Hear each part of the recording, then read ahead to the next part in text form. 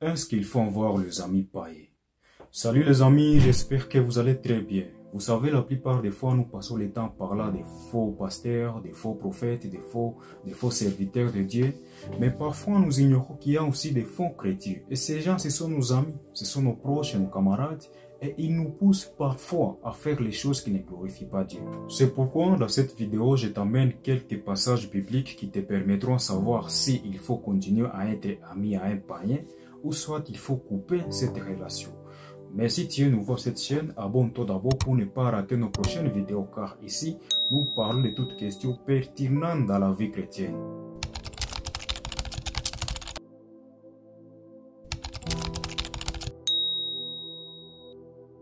Actuellement, il y a beaucoup de gens comme ça. Dans les églises, vous allez voir un frère qui était dans ces ambiances les samedis, les week-ends, les matins, dimanches, il chante à l'église. Et si vous essayez de lui faire voir que non frère, ce que tu fais là, ce n'est pas bon, il va te sortir les versets bibliques pour justifier son péché. Et ce genre de personnes ont déjà mémorisé la Bible de Genèse jusqu'à Apocalypse. Si c'est un ivrogne et vous lui dites que non frère, ce n'est pas un bon point chrétien de prendre la boisson. Il va vous dire que non, Jésus-Christ avait multiplié les vins. Si c'est un impudique, il va vous dire que non, le roi Salomon avait combien de femmes? Abraham avait combien de femmes? Des faux chrétiens qui cherchent à rendre leurs péchés bibliques parce qu'ils ont déjà mémorisé la Bible de Genèse jusqu'à Apocalypse. Ils veulent même faire croire aux gens que leur péché est biblique. Sachez que même si quelqu'un mémorise la Bible, comment il chante à l'église, il fait tout ce qu'il veut, il fait les services à l'église, c'est toujours un païen devant Dieu s'il ne fait pas la volonté de Dieu. C'est ce qu'il faut savoir. Il ne faut pas qu'on commence à vous embrouiller par les versets bibliques.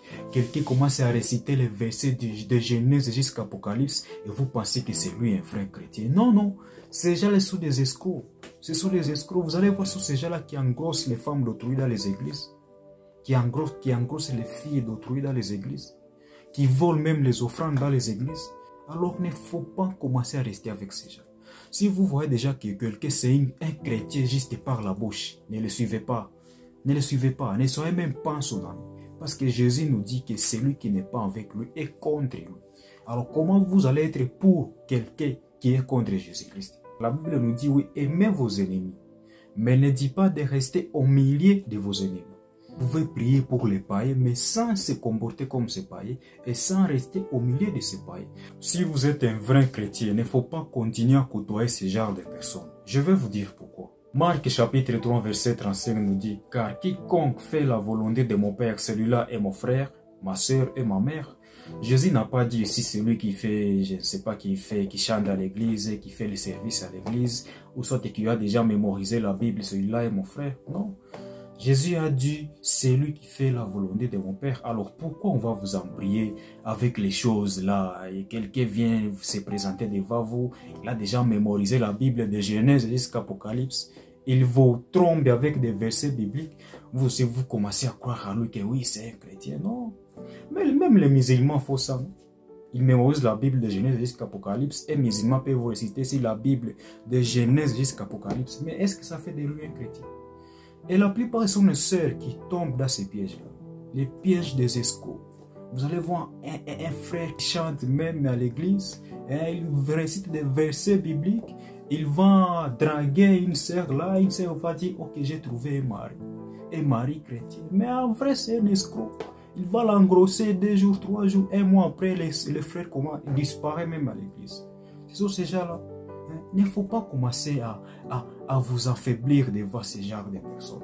Coupez d'ailleurs ce genre de relations. Si vous avez une telle relation avec ce genre de personnes, ne les suivez plus. Coupez d'eux maintenant, car ce sont des païens. Ils vont vous amener à désobéir à votre Dieu. Merci de nous avoir suivis jusqu'à la fin. Si vous êtes nouveau à cette chaîne, abonnez-vous pour ne pas rater nos prochaines vidéos et laissez-nous vos avis dans les commentaires. C'est très important les amis. Que Dieu vous bénisse.